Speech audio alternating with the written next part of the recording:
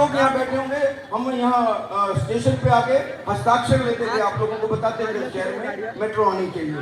और शहर में मेट्रो जो आई है ना साहब, अगर किसी नेता का योगदान है, अगर मैं किसी को इसका श्रेय दे सकता हूँ तो श्रीमती गीता भरत जैन जो हमारी मौजूदा विधायक हैं। तो अगर आप इतने बड़े काम के लिए भी इनको नहीं देखेंगे कि एक महिला, एक हमारी विधायक जो इतने बड़े बड़े कामों को, और मुझे इससे बहुत गुस्सा है, मैं इनसे नाराज हूँ। इतने सारे काम इन्होंने कहे हैं, अगर मैं यहाँ बोलता रहा ना तो फिर इनको नहीं सुन पाएंगे आप, है ना। तो मैं सारी रात इनके काम गिना सकता हूँ। इन्होंने खुद नहीं बताया कि मेरे कितने काम किए। काम बताए बिना तो पता नहीं चलता है, क्योंकि वो काम इतने बड़े बड़े हैं कि, और वो पाइपलाइन में, अब देखिए दूसरा काम, अब पाइपलाइन से मुझे याद आ गया, आपको बोला जाता है ना शहर में पानी की कमी है, इस शहर में बिल्कुल है, लेकिन वो हालात भी नहीं है। किसी जमाने में जब चारों तरफ टैंकर ही टैंकर घूमते थे, उस स्थिति से तो हम बचे हुए हैं। लेकिन साहब 2.5 साल एक व्यक्ति महापौर रहता है शहर का, 5 साल लगातार विधायक रहता है शहर का, 7.5 साल हुआ आदमी, और वो पानी नहीं ला सका। इनकी विधायकी आपको मालूम है कितने साल की है? आप मैडम सिर्फ 3 साल विधायक नहीं है, 2 साल तो कोरोना में चले गए, मालूम है आपको? 2 साल कोरोना में कोई विधायक कोई काम नहीं कर पाया, लेकिन इस विधायक ने काम किया, वो भी बताता हूँ 2 साल उन्होंने कोरोना में क्या किया। लेकिन पानी की जहां तक बात है, सूर्य प्रकल्प से जो पानी आ रहा है वो कैसे आ रहा है? आप एक बात बताइए, आप सारे समझदार लोग हैं, हम जो आम खाते हैं, कोई फल खाते हैं, क्या सीधे फल लग जाता है? किसी फैक्ट्री से फल आता है क्या? पहले बीज बोया जाता है, पेड़ बनता है, फिर फल लगते हैं, और तब हम फल खाने को मिलते हैं। इन्होंने बीज बो दिया, पेड़ भी बन गया, क्योंकि पैसा ले आई है ये अपने प्रदेश से, निधि आ गई है 500 करोड़, 550, 516 करोड़ रुपया पानी के लिए, और पाइपलाइन डाली जा रही है। क्या पाइपलाइन के बिना पानी आ सकता है आपके घर में? सूर्य प्रकल्प से पानी की पाइपलाइन डाली जा रही है, और आपके जो भूतपूर्व विधायक है ना, विकास पुरुष कहते हैं अपने आप को, और भी कुछ कहते हैं, बताऊंगा मैं क्या कहते हैं, लेकिन विकास पुरुष विधायक का विकास बताता हूं मैं। उन्होंने पानी की लाइन को 3-4 महीने रोक दिया आने से इस शहर में, क्योंकि जहां से पाइपलाइन आ रही थी, जो मैंने सुना कि उनके जमीन से होकर आ रही थी, मैं गलत हूं तो बताना पड़ेगा आपको, उन्होंने, मैंने बताएंगी जो पॉइंट मैं उठाऊंगा, क्योंकि मुझे थोड़ा थोड़ा पता है ना, लेकिन जो पता है वो मैं बता रहा हूं। उन्होंने पानी आपके यहाँ जल्दी आ जाता, 4-5 महीने लेट कर दिया आपके विधायक साहब ने। और मेट्रो की जहां तक बात है, मेट्रो वो लाएंगे जो आदमी मेट्रो का बनना भी रोक सकता है। जहां मेट्रो का स्टेशन बन रहा है काशी गांव में, उनकी थोड़ी सी जमीन पड़ती है, मेट्रो की जो सीढ़ियां वहां उतर रही थी, वो सीढ़ियां बनने से रोक दी उन्होंने, ऐसा भी सुनने में आया है। तो ऐसे लोग जो झूठा क्या विकास करेंगे वो? आप बताइए, पिछले 5 साल वो तो कुछ थे नहीं, इस शहर में काम नहीं हुए। मैं अभी 2 साल की बात कर रहा हूँ, अभी कहा था मैंने 3 साल के विधायक हैं। 2 साल कोरोना के टाइम में ना, पूरे प्रदेश नहीं, पूरी दुनिया में कोई नेता कोई काम नहीं कर पा रहा था। हमारे जो विधायक महोदय का जो मैं बता रहा हूँ कि एक ऐसी नेता थी, आप यहाँ जितने लोग बैठे हैं बता देना मुझे, जो सड़क पे नजर आ रही थी, जो घर घर सोसाइटी जा रही थी। हो क्या रहा था कोरोना, मैंने देखा है साहब, कोरोना जब शुरुआत में किसी एक को हो गया ना सोसाइटी, जो शुरू की बात है, तो एम्बुलेंस लेने आ जाती थी, घर के लोग चिल्लाते थे कि हमारे आदमी को कहाँ ले जा रहे हैं। ये विधायक है जिन्होंने एक ऐसा दिमाग अपना लगाया कि वो बोले कि हर सोसाइटी में कोई ना कोई क्लब हाउस होता है, या कोई ना कोई सोसाइटी का ऑफिस होता है, उसी को क्वारंटीन सेंटर बनाइए, वहीं मैं बेड भिजवा देती हूँ, वहीं मैं सारे डॉक्टर भिजवा देती हूँ। सारे इंतजाम इन्होंने सोसाइटी में किए, जहाँ जो भी कोरोना का मरीज हुआ उसको अपने घर का खाना मिला, उसको अपने घर वालों का सहानुभूति मिली। तो ऐसी विधायक को आप कहेंगे कि ये इनको कोई कहेंगे काम नहीं किया? काम नहीं किया, लोग बोलते हैं काम नहीं किया।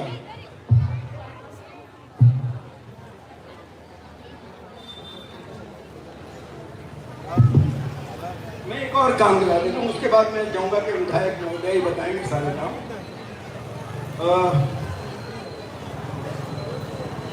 एक ना उस वक्त बड़े हॉस्पिटल की जरूरत थी। आपको याद है हमारे टेम्बा नाम के हॉस्पिटल, कौन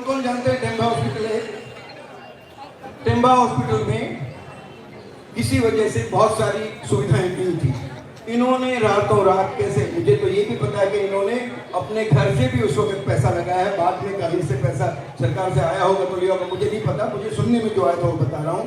लेकिन टेम्बा हॉस्पिटल को उस वक्त जो अपग्रेड किया गया, जो मतलब उसके पूरे अपने भारतवर्ष में किस्से गाए गए थे कि एक ही दिन में मैंने 56 रोगी ठीक होकर गए थे, ऐसा। तो यहाँ टेम्बा में जो है ना कोरोना टेस्ट, जो हर तरह के जो इक्विपमेंट थे वो इन्होंने, तो आपको याद है कोरोना कितनी भयावह है, उस वक्त कितना भयानक बीमारी थी। तो उसमें इन्होंने 2 साल उसमें सेवा की। आपको कहीं भूतपूर्व विधायक नजर आए थे कि आपके आसपास चलते फिरते आए थे क्या नजर? आपको किसी को नजर आए हो तो बता देना, मैं अपने शब्द वापस लूंगा। ये इनको 2 बार कोरोना हुआ, मालूम है आपको? ये क्योंकि घर घर जाती थी, सोसाइटी हॉस्पिटल टेम्बा जाती थी। जिस अगर मैंने फोन कर दिया कि मैडम मेरा दोस्त वहाँ है, ये मुझे ही बोले कि आपको कहीं बाहर नहीं जाना, आप घर बैठे कोऑर्डिनेट करें। लेकिन हम भी बाहर निकलते थे, लेकिन ये तो पहुंच जाती थी अगले के घर के पास या सोसाइटी में। इनको कोरोना हुआ साहब, कितने लोगों ने इनके घर के नीचे जाके, हिंदू मुस्लिम सिख ईसाई सब, मराठी गुजराती, कौन ऐसा था जिनके घर पे जाके नीचे वहाँ भगवान से प्रार्थना कर रहे थे, इनके यहाँ भगवान की फोटो भेज रहे थे कि किसी तरह गीता ताई जल्दी से जल्दी ठीक हो जाए ताकि फिर हमारी सेवा करें। कोरोना में जो इन्होंने काम किया, मैं कहता हूँ आप सारे काम बहुत बड़े बड़े मैं गिनाऊंगा आपको, लेकिन उससे बड़ा काम, उससे मानव सेवा से बड़ा काम कोई नहीं होता मैडम, और मैं आपको सैल्यूट करता हूँ उसके लिए। आप लोग ऐसा समझिए। और यहाँ जितनी महिला, अच्छी बात है कि महिलाएं ज्यादा बैठी हैं। एक महिला है तो पूरा परिवार बैठा है, और एक महिला है तो बहुत सारे अड़ोसी पड़ोसियों को बता सकती है। महिला विधायक है, आप अपने मन की बात, अपनी तकलीफ एक महिला से जाकर कर सकती हैं, आपने की भी होगी, वो प्रॉपर आपके सुनेगी। आप अगर आपके हस्बैंड की, बेटे की और किसी की समस्या है, आपके भाई की समस्या है, तो आपकी बात महिला जाके सुनेगी और समस्या का समाधान करेगी। हमारे यहाँ ऐसे नेता नहीं है जो आपकी बात सुने। उन नेताओं के अहंकार इतने हैं कि वो अपनी ही आवाज सुनकर मस्त रहते हैं कि हम ही सबसे बड़े हैं। आपने उनकी आवाज सुनी है? मैंने पिछले दिनों में शांत बैठा था कि देख रहे थे क्या कर रहे हैं, इतना गुंडागर्दी की भाषा बोलते हैं वो। आप उनके वीडियोस देखिए, नेता की भाषा ऐसे होती है, किस तरह से बात करते हैं वो, किस तरह से बात करते हैं वो भाषा नहीं होती नेता। आपको सुनना है तो ना सुनेंगे तो अच्छा है, बहुत सारे वीडियो उनके देखेंगे आप, बहुत सारे उनके कारनामे आप देखेंगे। इसके अलावा मैं आपको बताता हूँ, शहर में टेम्बा हॉस्पिटल का काम चल ही रहा है। 131 करोड़ रुपया मैडम लेकर आई हैं। टाइम लगता है हर चीज में, मैंने जैसे बताया था, बीज बोया जाता है, पौधा बनता है, पेड़ बनता है, फल लगता है, इसी तरह से। हाँ, तो उन्होंने बताया कैंसर के बारे में मैं बोल रहा था। कैंसर हॉस्पिटल मीरा रोड में, बिल्कुल मेरी बिल्डिंग में, जो जहाँ मेरी बिल्डिंग है उसके पीछे एक बड़ा ग्राउंड है, उसमें उसका शिलान्यास हो चुका है। तो इतने बड़े बड़े काम इस शहर में हुए हैं। और जहाँ तक विकास की बात है, आप मेरी बात सुनिए, जो विकास पुरुष कहता है तो उसका विकास क्या है? उसका विकास खुद का, शहर का विकास नहीं है, उसने अपना विकास किया है। और मैडम ने अपना कोई कॉलेज बनाया है? किसी को पता है इनका कॉलेज है, कोई स्कूल है, कोई इनका कोई हॉस्पिटल है, कोई होटल है, कोई क्लब है 5 सितारा? नहीं है। आप बोलिए है क्या? नहीं है। तो ये किसके हैं? भूतपूर्व विधायक। स्कूल है, कॉलेज है, एक दो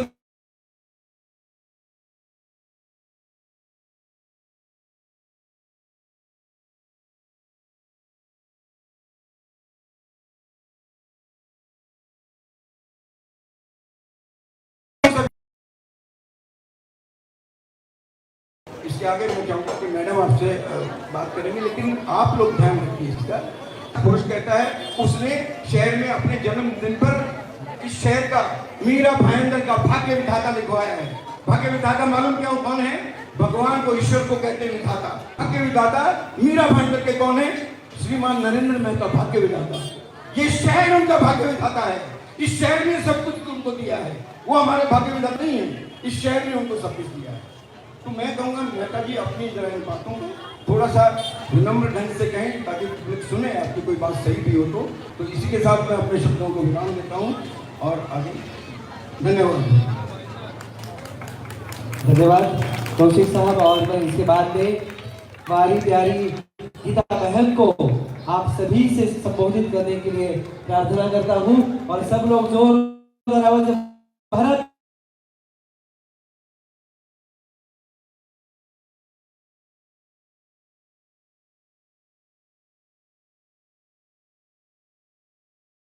जो विधायक रह गए शुद्ध है गीता बहन को।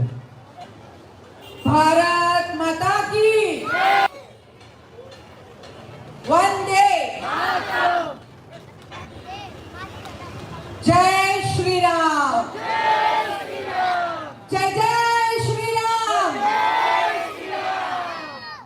कुछ लोग मुझे पीछे खड़े नजर आ रहे हैं। मेरे भाई और बहनों, कुर्सी आप ही के लिए लगाई है, आप आके बैठ सकते हैं। थकिए मत, अभी से थक जाएंगे तो आगे और कैसे दौड़ोगे। आप सभी का इस सभा में स्वागत करती हूँ। यहाँ भी कुछ लोग खड़े हैं, अगर बैठ जाते तो बहुत अच्छा होता, लोगों को आने जाने में बहुत सुविधा होगी। आप सभी का इस सभा में स्वागत करती हूँ। मंच पे मेरे सभी साथियों का स्वागत करती हूँ और आज आपको संबोधन करने में यहाँ इसलिए आई हूँ कि आप लोगों को कुछ बातें बता सकूं, जो लोगों ने भ्रम फैला रखा है उसे दूर कर सकूं। तो सबसे पहले ये सभा आपका संबोधन चालू करने से पहले महाराष्ट्र के आराध्य देव छत्रपति शिवाजी को मैं नमन करती हूँ। उन्हें स्वराज्य के पाठ सिखाने वाले हमारे माता जी, राजमाता जीजाओं को मैं नमन करती हूँ। भारत रत्न बाबा साहेब आम्बेडकर को नमन करती हूँ, जिनकी वजह से, जिन्होंने ये अधिकार मुझे दिया कि मैं इस मंच से आपको संबोधन कर सकूं। और महाराणा प्रताप को हम कैसे भूल सकते हैं।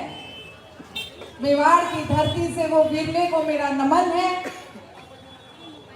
स्वतंत्र वीर सावरकर जी, उनके बिना, उनको नमन किए बिना ये सभा अधूरी रह जाएगी। और आज सुबह सुबह छठ का, आज यहाँ छठ किसने किसने की है भाई, तो आज सुबह 3-4 जगह जब मैंने प्रेम और त्याग का वो मंजर देखा कि सब हमारी बहनें पानी में से अर्घ दे रही थी और साक्षात सूर्य देवता आके उनको आशीर्वाद दे रहे थे, वैसे उनको भी नमन करती हूँ।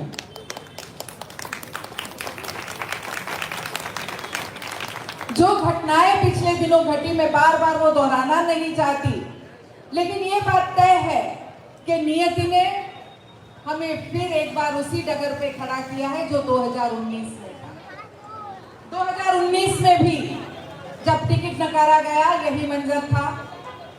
इसी तरह से 3 प्रत्याशी तब भी लड़ रहे थे, आज भी लड़ रहे हैं। उस समय मैंने एक फैसला लिया कि शहर के विकास के लिए, शहर के हित के लिए और मेरे जनता की इच्छा का मान रखते हुए मुझे फिर एक बार, तब मैं 2019 में खड़ी थी, ये निर्णय बहुत योग्य था क्योंकि जनता ने पूर्ण विश्वास के साथ मुझे चुन के दिया और 5 साल की सेवा का मौका दिया। और आज भी वो निर्णय 2024 में अपक्ष खड़े रहने का मैंने मेरी जनता के विश्वास के लिए लिया है, मेरी जनता के प्यार के लिए लिया है, मैंने इस शहर की सेवा के लिए लिया है। और क्यों लेना पड़ा? क्यों लेना पड़ा? जबकि जो पार्टी अपने आप को हिंदू कहती है, उन्होंने एक हिंदू नेता ही तो चुना था, लेकिन कैसा नेता चुना था? जो भ्रष्ट है, जो महिलाओं का अपमान करता है, जिसपे 23 गुने दाखिल हैं, और गुने भी कैसे, अगर हम सुन ले तो हमें शर्म आ जाए कि क्या ऐसे भी हमारे नेता हुआ करते थे। उन पे बलात्कार का गुना है, उन पे भ्रष्टाचार का गुना है, उन पे रिश्वत लेने का गुनाह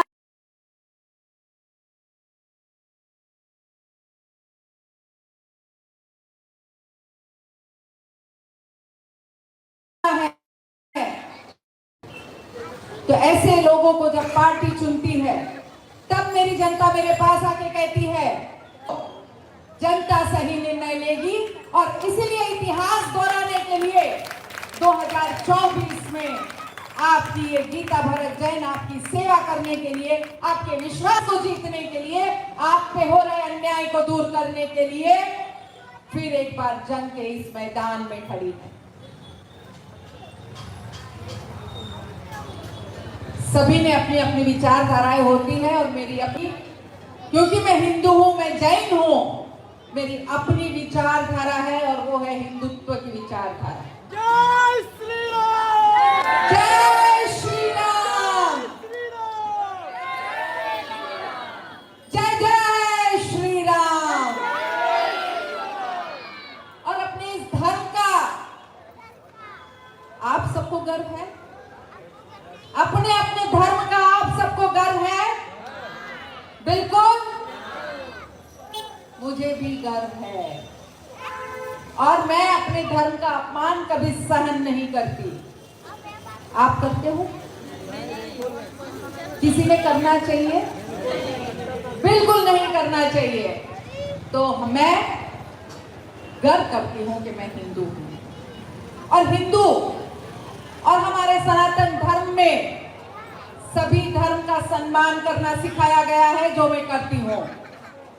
लेकिन मेरे धर्म का अपमान भी मैं सहन नहीं करती हूं और तब अगर कुछ बोलते हैं हम तो उसके लिए हम पे केस दर्ज होता है। वो 23 केसेस जैसा केस नहीं है, मेरे पे भी 2 केस हुए हैं, लेकिन वो धर्म के लिए हुए हैं और उसका मुझे गर्व है। एक हमारे दूसरे नेता है मुजफ्फर जी, अभी 2 दिन से आप भी पढ़ते होंगे सोशल मीडिया में, एक लेटर उनकी साइन किया हुआ देख रहे हैं आप। तो वो लेटर में उन्होंने क्या मांगा है? हमारे देशद्रोही को फांसी की सजा को रद्द करने का मांगा है। तो क्या आपको ऐसा नेता भी चाहिए? तो आपके सामने 3 चॉइस है और अब वो नेता जय श्री राम कहते हैं। तो आपको भी प्रश्न हुआ होगा कि जो जन्म से हिंदू नहीं है वो जय श्री राम कहते हैं, जो जन्म से हिंदू है वो बालिशा पीर को फंड देते हैं, सलाम अलैकुम कहते हैं। तो फिर असली हिंदू कौन है भाई? असली हिंदू कौन है? ये प्रश्न आपको पड़ा होगा। तो असली हिंदू वो है जो 22 तारीख को जब पत्थर पड़ रहे थे रामलला की शोभा यात्रा पर, तब उस पत्थरबाजी का सामना करने खड़ी थी और जिन्होंने पत्थर मारा उसे आज तक जेल में रखा है और जहां से पत्थर मारा वहां बुलडोजर घुमा है। तो लोग आप भ्रम में न रहे कि असली हिंदू कौन है। मैं आदरणीय योगी जी का बहुत आदर करती हूं और उनके इस कहे कथन पे मैं विश्वास करती हूं कि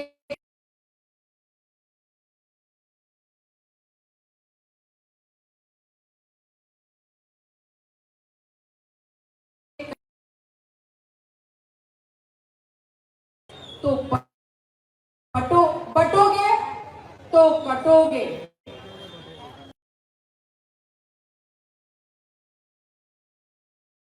बिल्कुल बटना नहीं है, क्योंकि हमारे शहर में तो ये परिस्थिति है कि अगर हम बट गए तो हमें लूट लिया जाएगा, क्योंकि एक लुटारू यहाँ आके गड़ाए बैठे, जो सब पुरानी बिल्डिंगें हो गई है उसकी जमीन हड़पने को।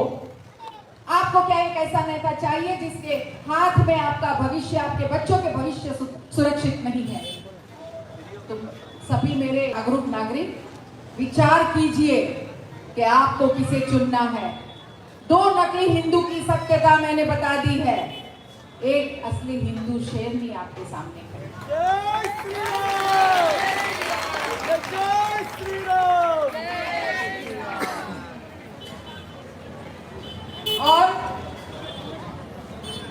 एक वायदा करने चाहिए।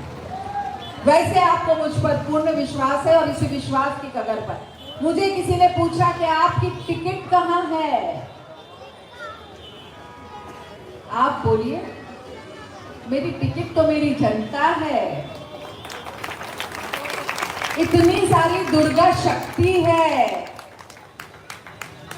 तो जहां मेरी दुर्गा शक्ति मेरे साथ हो, मेरी महिला शक्ति मेरे साथ हो, मेरे भाई मेरे साथ हो, तो ये लाडली बहन क्यों डरेगी। तो मेरी तो टिकट, मेरा विश्वास सब आप है और आप ही के विश्वास के सहारे इस मंच से मैं ललकार रही हूं सभी को। 17 उम्मीदवारों में एक अकेली महिला खड़ी है और वो ललकार रही है उन सभी मर्दों को कि हिम्मत है तो हमारी नारी शक्ति के साथ भिड़ के तो देख ले। आपको बता देंगे 2019 में आपको बता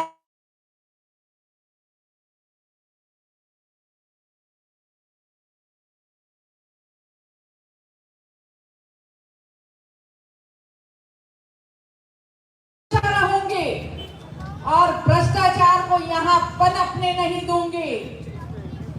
तो इसीलिए ना बंटने दूंगी, ना कटने दूंगी और ना ही लूटने दूंगी।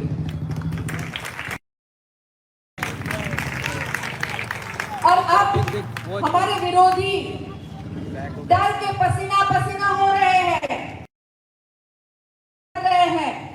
सबसे पहले तो मुझे दल बदलू बोल रहे हैं। अरे भाई मेरे, कम से कम मैंने शहर के हित के लिए योग्य समय पे योग्य निर्णय तो लिए। आपने क्या किया? जब आपके हाथ में सत्ता थी, आपने अपना क्लब बनाया, अपनी होटल बनाई, अपनी स्कूल्स बनाई। अब तो 4-4 हो गई है भाई। एक बच्चे का 1-1 लाख रुपया ले रहे हैं। कम से कम वो भ्रष्टाचार हमने नहीं किया। जब वो कहते हैं कि हमने काम नहीं किया, तो मुझे ये समझ में आ गया कि उनके हिसाब से काम उसी को बोलते हैं जब अपना निजी फायदा होता है।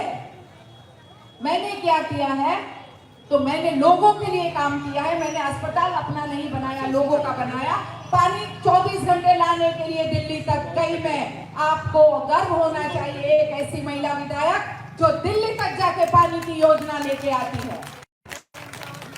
हमारे रोड से 140 करोड़ का कनेक्टर लेने के लिए भी हम दिल्ली गए थे और वहां से मेट्रो के लिए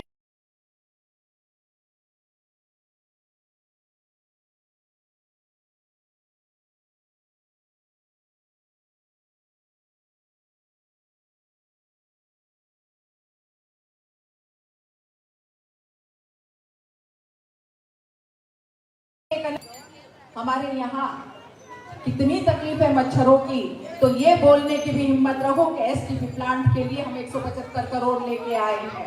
एक बहुत सुंदर कैंसर हॉस्पिटल बन रहा है बहुत नजदीक सरस्वती स्कूल के साथ साथ। कई स्कूलों को हमने डिजिटलाइजेशन किया है। कितने गार्डन में हमने इंस्ट्रूमेंट लगाए हैं। कितने यहाँ तो आप रोड से जाओगे मेरी बहनों, तो ऊपर आपने हाई मास्क देखा होगा जो इस रोड को प्रकाशित करता रहता है, आपकी सुरक्षा बढ़ाता रहता है। हमने 2 जगह सीसीटीवी लगाए हैं, जिसका सेंट्रल हमने बहुत सुंदर मीरा भाईंदर के ब्रिज के नीचे किया।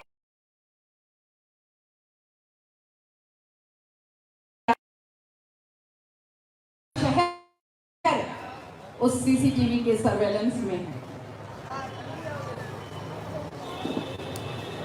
और लोग मुझे किसी धर्म के विरोधी कहते हैं, तो मैं बताना चाहती हूँ कि राजनीति मैंने भेदभाव बहनों को मैंने 5,000 से ज्यादा फॉर्म भरे हैं, 17,000 से ज्यादा फॉर्म भरे हैं, कभी धर्म के भेदभाव से नहीं भरा।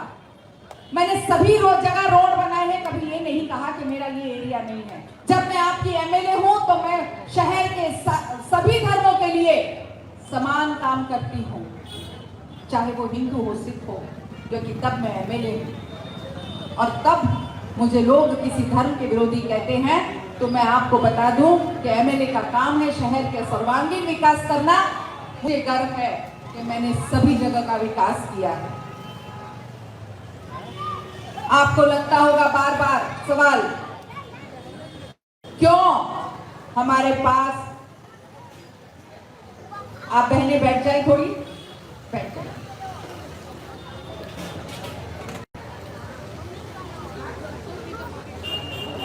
तो बार बार आपको मैं बताऊं कि मैंने कितने काम किए हैं, इससे अच्छा आप लोगों को बताइए कि हमारी ये आमदार इतना काम करके आई है कि इन लोगों ने, और वो भी सिर्फ 2.5 साल काम करने का मिला, लेकिन हमारे विरोधियों ने अपना विकास किया और मैंने किया सबका विकास, शहर का विकास और आप सबका विकास मेरे विश्वास के साथ। तो आप सभी को एक बार फिर कहना चाहूंगी, आप विश्वास रखिए, क्योंकि जो मुझे विश्वास है मेरी इस जनता पर, मेरी इन बहनों पर, बार बार जो मुझे प्रताड़ित किए जा रहे हैं, अभी अभी आपको बता दूं, हमारे एक कार्यकर्ता को धमकी मिली है, धमकी मिली है कि आपको मेहता जी देख लेंगे। मेरे पास राइटिंग में उसका व्हाट्सएप, उनका स्क्रीनशॉट है। अभी अभी एक आदमी को घर में घुस के मारा है क्योंकि वो विरुद्ध में लिखता है, और अभी पुलिस स्टेशन में उसका केस चल रहा है। आप लोगों को ये सोचना है कि क्या आपको ये गुंडागर्दी वापस चाहिए क्या?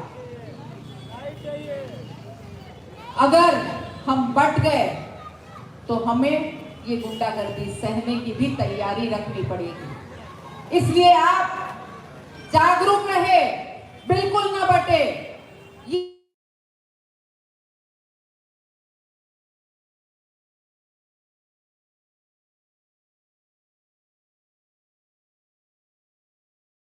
वो ही जीतेगा, ये विश्वास मैं आप सबको दिलाती हूं। और जिसको तो नियत ने ही 2 नंबर दिया है, 2 नंबर ही नियत ही देखिए, उनको तो नंबर भी उनके स्वभाव के, उनके काम के अनुसार मिला है, 2 नंबर ही। क्या ऐसे नेता आपको चाहिए? और इसीलिए हमने शुभ आंक 1 उसके आगे लगा दिया, 12 बना दिया, और विरोधियों के 12 बजाने के लिए इस मंच से मैं हुंकार करती हूं कि हम न बटेंगे, हम न कटेंगे और न हम लुटेंगे, क्योंकि आपके साथ है गीता जैन का साथ, विश्वास, विकास। तो फिर एक बार आप सभी को मैं धन्यवाद करती हूं और प्रण करें, हमें मीरा भाईंदर कैसा चाहिए। आपने कभी सुना होगा कि जहां डाल डाल पर सोने की चिड़िया करती है बसेरा, किसने सुना है ये? तो ऐसा स्वर्णिम मीरा भाईंदर हम बनाएंगे जब आपका साथ हमारे साथ होगा। न किसी का जमीन लूटेगी, न किसी का घर टूटेगा। यहाँ इस एरिया में बिल्डिंगें टूटी हुई कितने कितने सालों से पड़ी है। हम क्लस्टर लाए हैं ऐसी बिल्डिंगों के लिए। आप सभी को जो इस एरिया में रहते हैं, मैं विश्वास दिलाती हूँ कि नए घर क्लस्टर के जरिए जरूर मिलेंगे और उसके लिए आपका एक पैसा भी खर्च नहीं होगा। तो ऐसे अगर विकास के काम करने हैं, आपको अपने नए घर चाहिए, बच्चों के लिए स्कूल चाहिए, कॉलेज चाहिए, स्पोर्ट्स कॉम्प्लेक्स चाहिए, तो आपके पास दूसरा कोई विकल्प नहीं है, क्योंकि एक लुटारू है, एक है जो हमारे शहर को जानता ही नहीं, क्योंकि कभी आते ही नहीं, 4.5 साल के बाद फिर आते हैं, तब तक अपने फार्म हाउस में रहते हैं, और जो रात दिन आपको दिखती है वो है गीता जैन। फिर एक बार मैं आप सबसे निवेदन करती हूँ कि 5 साल के लिए सेवा का मौका दीजिए। आपको विश्वास दिलाती हूँ कि जो सपनों का स्वर्णिम शहर है, जिसका सपना आपने देखा है, एक बात जब मैं यहाँ से देख रही हूँ तो हमारा केबिन रोड दिख रहा है, और केबिन रोड का शायद सालों साल कोई काम नहीं हुआ है। हमने उसे भी सीमेंट रोड बनाने के लिए लिया है और बहुत जल्दी उसका भी काम शुरू हो जाएगा, और यहाँ के नागरिकों को पहला सीसी रोड यानी कि सीमेंट रोड मिलेगा। और कितनों के घरों में पानी भर जाते हैं क्योंकि गटर की प्रॉपर व्यवस्था नहीं है। तो वो भी काम बहुत जल्दी उसके लिए भी हम निधि लाए हैं और शुरू होने जा रहा है।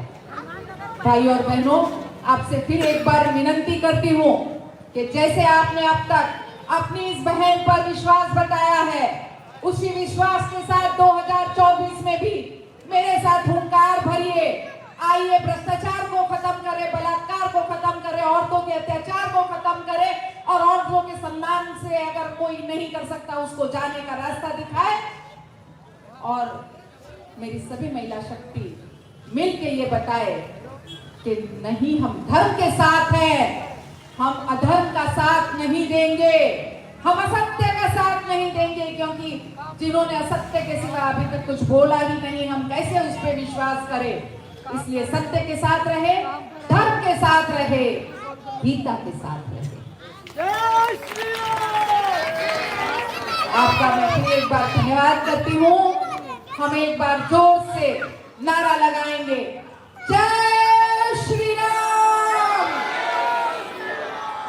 जय जय श्री राम, भारत माता की, भारत माता की, वंदे वंदे। बहुत बहुत धन्यवाद। गीता बहन, आप बस काम करते रहिए। ये सभी